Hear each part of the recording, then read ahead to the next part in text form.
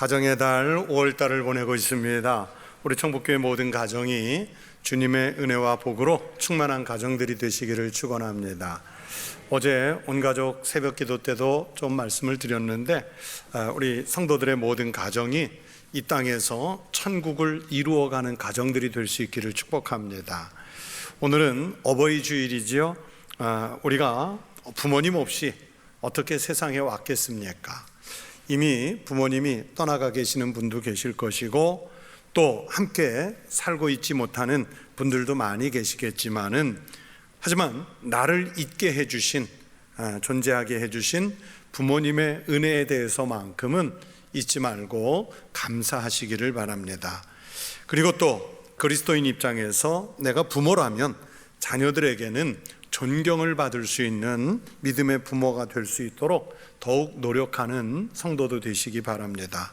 그래서 부모 세대와 자녀 세대가, 후손 세대가 함께 복을 받는 우리 청북교회 모든 믿음의 가정들이 되시기를 축원합니다.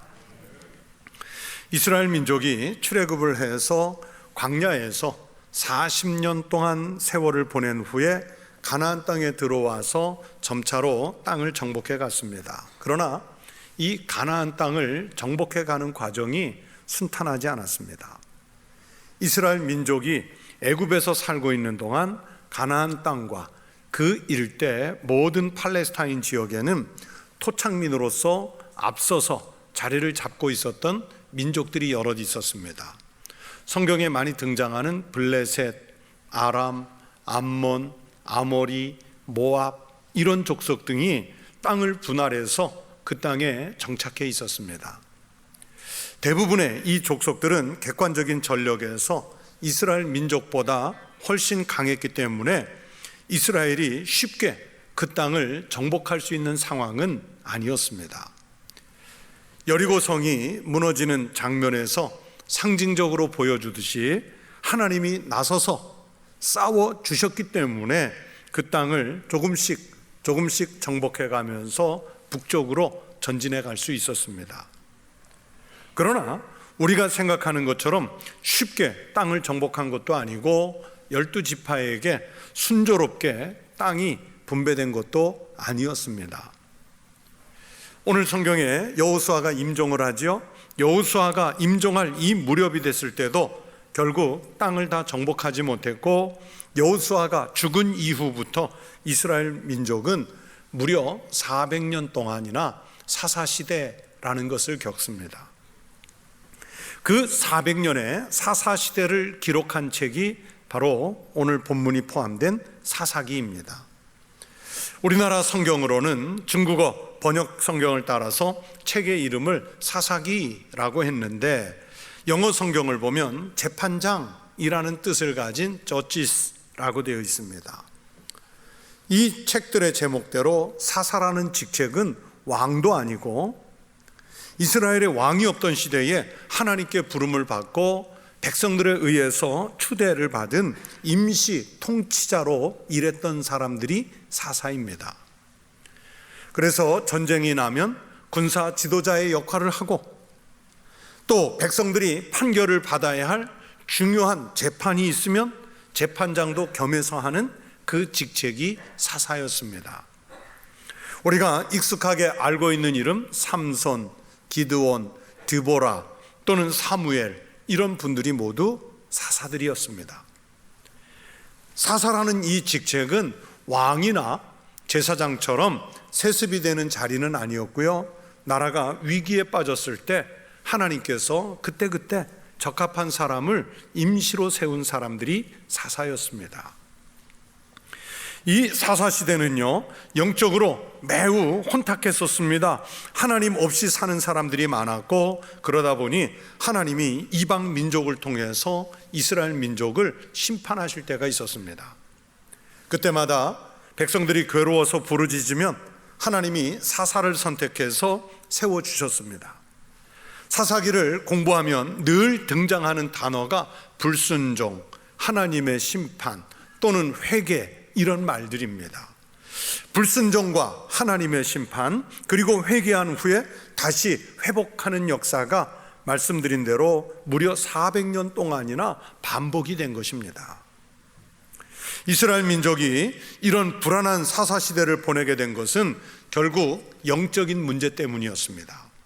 이스라엘 민족이 아무것도 얻을 수 없었던 광야에서 무려 40년 동안 여러분 어떻게 살았을까요?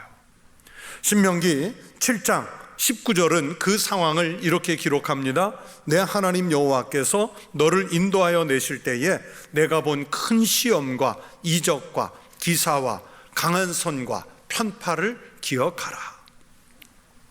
또 신명기 8장 2절에서는 내 하나님 여호와께서 이 40년 동안에 내게 광야길을 걷게 하신 것을 기억하라 말씀하셨습니다. 이런 말씀들이 무슨 뜻이었을까요? 왜 하나님은 이스라엘 백성들에게 광야길을 기억하라고 하셨을까요? 한마디로 광야길, 그 신의 광야는 사람의 능력으로는 살아갈 수 없는 땅들이었습니다. 그런 땅에서 이스라엘 민족이 이겨낼 수 있었던 것은 오직 하나님의 은혜 때문이었습니다. 바로 하나님의 은혜로 살았던 그것을 기억하라는 것이죠. 그렇게 이스라엘은 매일매일 매 순간 광야에서 하나님의 기적을 보면서 하나님의 은혜 때문에 살아남았습니다. 평생에 한 번 보기 어렵고 평생에 두 번 보기도 어려운 기적을 이 사람들은 매일 보면서 산 것입니다. 그러나 아무리 놀라운 기적도요, 여러분 매일 이렇게 반복이 되면 이게 기적이 아니라 이제는 당연한 줄로 아는 것이 이게 인간의 본성입니다. 다시 말하면 하나님의 은혜가, 하나님의 기적이 매일 반복되니까 이 하나님의 전적인 은혜를 잊어버렸다는 얘기입니다. 그런 영적인 상태로 가나안 땅에 들어왔기 때문에 하나님에 대한 신앙이 완전하지 못했고 많이 미흡했습니다. 가나안 땅에 들어왔지만 그렇게 신앙은 흐트러지고 있었습니다. 그러면 하나님은 아직 다 쫓아내지 못한 블레셋, 아람, 암몬, 아모리, 모압 이런 족속들을 일어나게 하셔서 그때 이스라엘을 심판하셨습니다.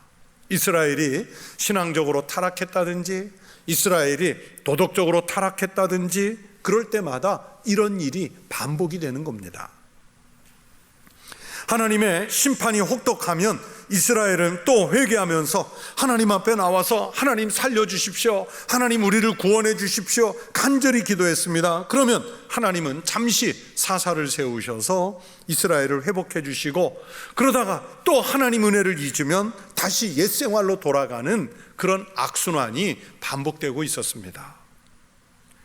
왜 그럴 수밖에 없는지 영적인 상황을 알려주시는 말씀이 여러분 바로 오늘 본문으로 읽은 말씀입니다. 즉 본문 말씀이 그 당시 이스라엘이 영적으로 왜 이런 상태가 됐는지를 알려주시는 말씀입니다.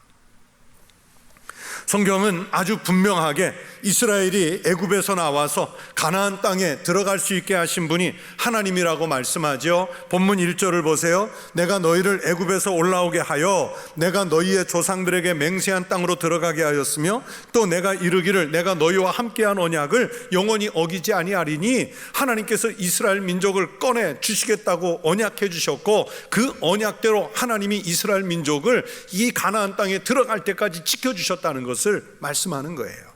그 이스라엘 민족을 하나님이 꺼냈기 때문에 하나님은 가나안 땅에 살고 있던 원주민들과 이스라엘 백성들이 언약을 맺지도 말고 또 그들이 우상 숭배하려고 세운 제단들을 헐어버리라고 명령하셨습니다.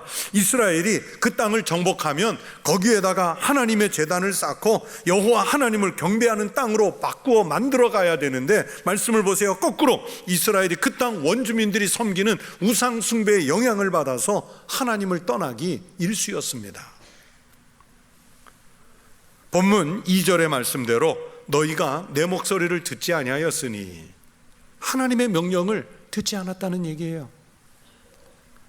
그래서 하나님은 이방 민족을 완전히 쫓아내지 않으셨고 이스라엘 백성들 옆에 놔둬서 심판의 도구로서 이스라엘을 괴롭게 했습니다. 3절에 보시면 그들이 너희 옆구리에 가시가 될 것이며, 여러분 우리 옆구리에 이스라엘 민족의 옆구리에 아주 찌르는 가시를 놓아두게 만드신 거예요. 결국 백성들이 가나안 땅에 들어와서 이렇게 영적으로 괴롭게 된 것은 신앙의 계승 문제와 상관이 있습니다. 이스라엘 사람들은 자기네들이 겪은 하나님의 은혜를 자녀와 후손 세대들에게 제대로 전승하지를 못했습니다. 오늘 이 본문을 읽으면서 자신의 신앙 체험을 후손들에게 잘 전하는 것이 얼마나 중요한지를 깨닫게 됩니다. 후손들의 신앙을 바로 잡아주는 역할을 해야 합니다. 이 후손들의 신앙을 바로 잡아주는 역할을 누가 하겠습니까? 부모가, 또는 그 가정의 믿음의 앞선 분들이 해야 할 일입니다. 잠언 22장 6절에서 말씀하지요. 마땅히 행할 길을 아이에게 가르치라. 그리하면 늙어도 그것을 떠나지 아니하리라. 아이에게 반드시 가르쳐야 할 마땅히 행할 길이 여러분 무엇이겠습니까? 바로 하나님 여호와를 경외하는 신앙 아니겠습니까? 그런데 이스라엘 백성들은 그렇게 하지를 않았습니다. 이스라엘 백성들이 마땅히 행할 길을 자기의 후손들에게 가르치지 않았다는 것을 오늘 본문 10절이 밝히고 있습니다. 그 세대의 사람도 다 그 조상들에게로 돌아갔고 그 후에 일어난 다른 세대는 여호와를 알지 못하며 여호와께서 이스라엘을 위하여 행하신 일도 알지 못하였더라. 이름은 이스라엘이라고 하는 아주 엄청난 이름을 받았는데 하나님을 모르는 세대가 되었기 때문에 하나님의 심판을 받고 있다는 거예요. 하나님은 출애굽을 하는 중에도 자녀들에게, 후손들에게 신앙을 계승하는 것이 얼마나 중요한 사명인지 여러 차례 말씀하셨습니다. 대표적으로 신명기 6장 2절의 말씀만 보시겠습니다. 곧 너와 내 아들과 내 손자들이 평생에 내 하나님 여호와를 경외하며 내가 너희에게 명한 그 모든 규례와 명령을 지키게 하기 위한 것이며 또 내 나를 장구하게 하기 위한 것이라. 아들들에게, 딸들에게, 손자들에게, 손녀들에게 평생의 여호와 하나님을 경외하도록 만들어라 그랬어요.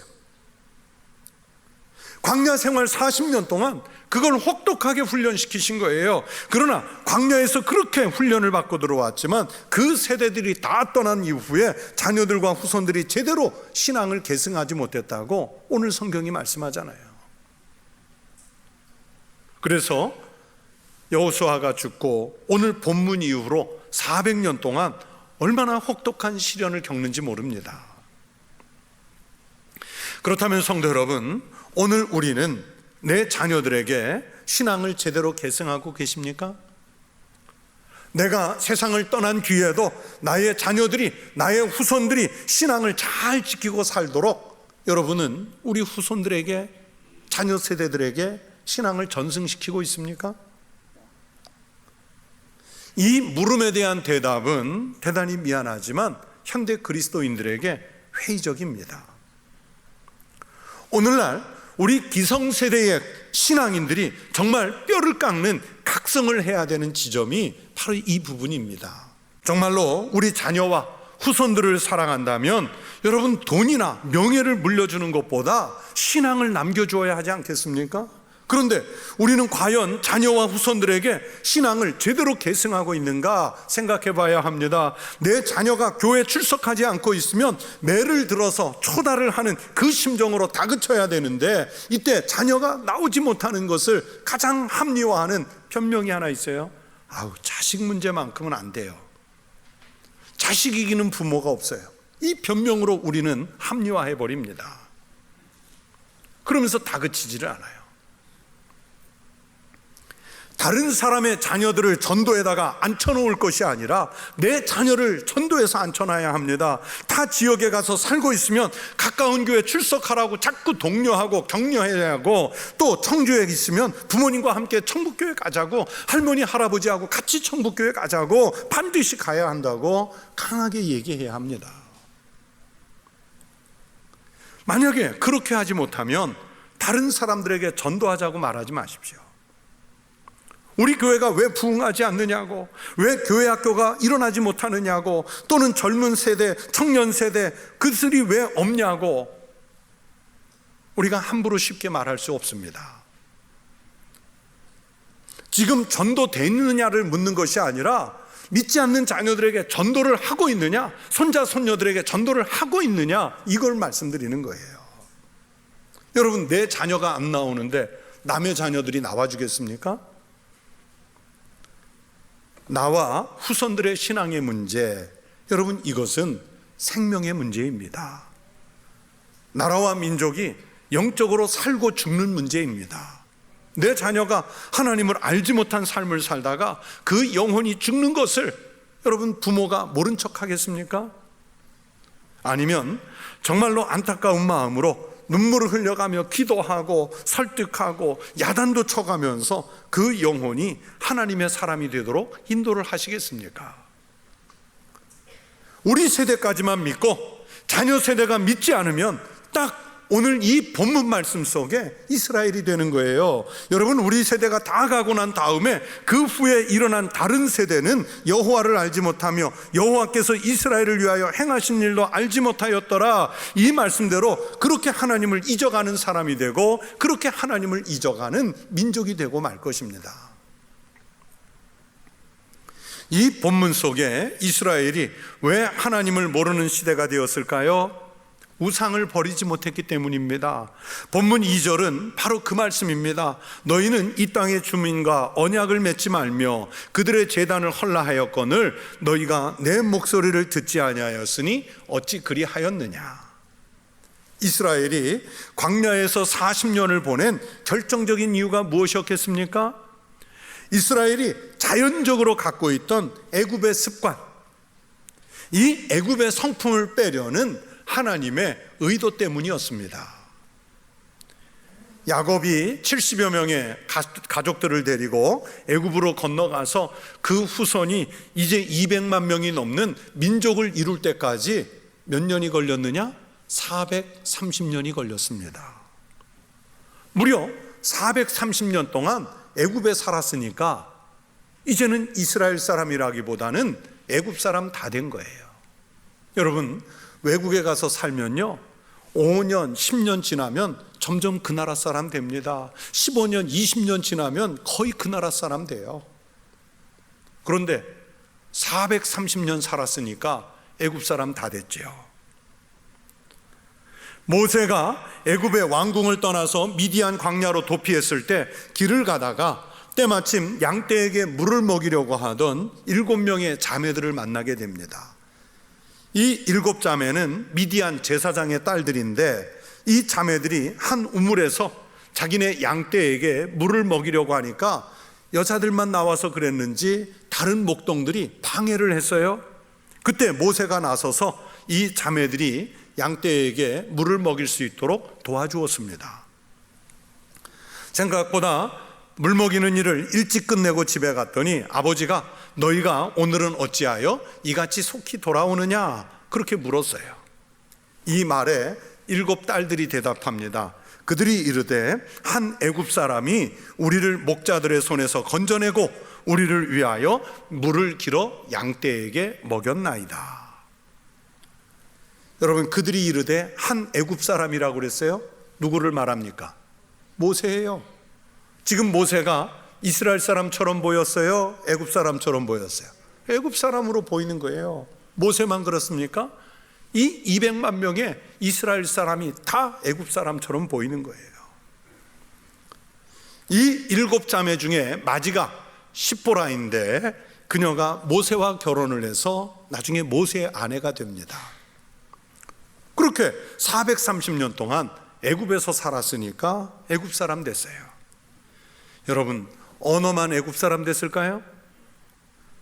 그들의 풍속만 애굽 사람 됐을까요? 종교적으로도 아브라함이 섬기고 이삭이 섬기고 야곱이 섬기던 여호와 하나님에 대한 신앙은 잊혀지고 자기들이 살던 애굽에서 섬기던 우상 숭배가 몸에 뱄습니다. 하나님은 이스라엘이 출애굽할 때 광야로 이끄셔서 40년 동안, 4년도 아니고요, 40년 동안 광야 생활하면서 그 애굽 사람으로서 몸에 밴 습성과 문화와 우상 숭배, 종교, 도덕 이런 것들을 버리는 훈련을 시키신 거예요. 애굽의 습성을 버리도록 강권하신 겁니다. 그러나 한번 몸에 밴 습성은 쉽게 버려지지 않습니다. 버리는 것은 어려운 일입니다. 그럼에도 불구하고 살기 위해, 특히 영적으로 부흥하기 위해서 버릴 것은 버려야 합니다. 그래서 여호수아서 24장 14절부터 15절 말씀을 보시면 여호수아가 죽기 전, 임종전 마지막 유언으로 자기 백성들에게 아주 강력하게 이런 유언을 남깁니다. 그러므로 이제는 여호와를 경외하며 온전함과 진실함으로 그를 섬기라. 너희의 조상들이 강 저쪽과 애굽에서 섬기던 신들을 치워버리고 여호와만 섬기라. 만일 여호와를 섬기는 것이 너희에게 좋지 않게 보이거든 너희 조상들이 강 저쪽에서 섬기던 신들이든지 또는 너희가 거주하는 땅에 있는 아모리 족속의 신들이든지 너희가 섬길 자를 오늘 택하라. 오직 나와 내 집은 여호와만 섬기겠노라. 하나님을 섬기든지 애굽에서부터 섬기던 신들을 섬기든지 하나만 선택하라는 명령이지요. 여러분, 신앙에 선택권이 있다는 것을 말씀하는 것이 아니라 강력하게 여호와 하나님을 선택해서 섬겨야 한다는 것을 임종전에 말하는 거예요. 그런데 오늘 본문을 보면 이스라엘이 죽고 여호수아가 죽고 나니까 어떻게 됐어요? 이스라엘이 아직 버리지를 못했어요. 버리지를 못했어요. 여러분, 이스라엘만 그렇습니까? 오늘 우리는 우상이 없습니까? 이미 돈이 하나님을 대신해서 우리가 섬겨야 할 신이라고 부모가 자녀들에게 주입을 시켜놨어요. 그것이 하나님보다 더 중요한 것처럼 가르쳐 놓았습니다. 하나님을 섬기는 것보다 어떻게 하든지 집부터 마련하라고 가르치는 게 현실이잖아요. 집이 우상이 됐어요. 11조를 하는 훈련보다 먹고 입고 쓰고 자기 필요한데 먼저 쓰라고 가르치고 있습니다. 학벌이 우상이 됐습니다. 부모가 자녀들에게 너희가 하나님이다 그러면서 자식을 우상으로 만들어 버렸어요. 성경을 읽고 기도하는 시간보다 세상의 것을 획득하는 것이 더 중요하다고 가르치는 게 오늘의 가정의 현실이잖아요. 이런 걸 버리면 죽는 줄 알고 이걸 붙잡으라고 가르쳤기 때문에 이미 우리 자녀들 세대는, 손자 손녀 세대는 우상이 우상인 줄도 모르고 몸에 밴 습성이 되고 말았어요. 우상이 자리를 잡았기 때문에 하나님을 알지 못하는 세대가 돼가고 있습니다. 사람들이 자기 아이들을 예수님께 데려왔어요. 축복기도 받으려고. 그랬더니 제자들이 꾸짖었어요. 아이들이 오게 되면 그 분위기가 어떻게 될지 모르기 때문에 제자들이 아이들 데려왔다고 꾸짖는 거 이해는 됩니다. 그러나 예수님은 제자들의 반응과 달리 이렇게 말씀하셨어요. 예수께서 이르시되 어린아이들을 용납하고 내게 오는 것을 금하지 말라. 천국이 이런 사람의 것이니라. 부모는 어떻게 하든지 자식을 주님께로 데려와서 축복도 받고 말씀도 받고 은혜도 받고 그렇게 만들어줘야 되는데 오늘 우리는 자식이 주님께 오는 것을 꾸짖는 사람들이 되고 있는 것은 아닌지 돌아봐야 합니다. 누가 막더라도 어떤 상황이 막아서라도 데리고 오도록 신앙을 전승시켜야 하는 것이 여러분 바로 부모 세대의 책임입니다. 이스라엘이 그랬던 것처럼 우리 윗세대, 우리 세대까지는 하나님의 은혜로 살았다고 말하면서 지금은 그 은혜를 잊고 자녀 세대에게 신앙을 전승하지 않고 있습니다. 오늘 본문 7절을 보세요. 쉽게 그 신의 광야길을 목격했던 사람들은 자기들은 믿었대요. 그런데 자기 다음 세대는 안 믿어요. 오늘 우리가 자녀 세대에게 신앙을 전승하지 못하면 나중에 이 사사시대처럼 우리 자녀 세대가 하나님의 심판을 받을 것입니다. 가정의 달에 우리의 가정을 축복해야 하는데 안타깝게도 예수 믿는 가정, 예수 잘 믿는 가문이 줄어들고 있기 때문에 오늘 좀 쓴소리의 말씀을 전했습니다. 성경에 그렇게 나와 있으니까. 성도 여러분, 참된 신앙은 내 최고의 자리, 내 가장 소중하게 여기는 그 중심의 자리에 하나님을 모시는 것을 의미합니다. 그 자리에 황금이나 사람이나 세상의 것이 자리 잡으면 안 됩니다. 하나님을 대체하는 다른 것이 들어오면 우상이 됩니다. 그리고 자녀 세대에게 가치관과 사고방식 모든 것을 하나님 제일주의로 바꾸어야 합니다. 그리고 자녀와 후손들에게 가장 큰 일, 신앙을 전승하는 가정이 되시기를 바랍니다. 그런 가정에 신앙이 전승되는, 계승되는 그 가정과 가문에 주님께서 복을 내려주시기를 간절히 축원합니다.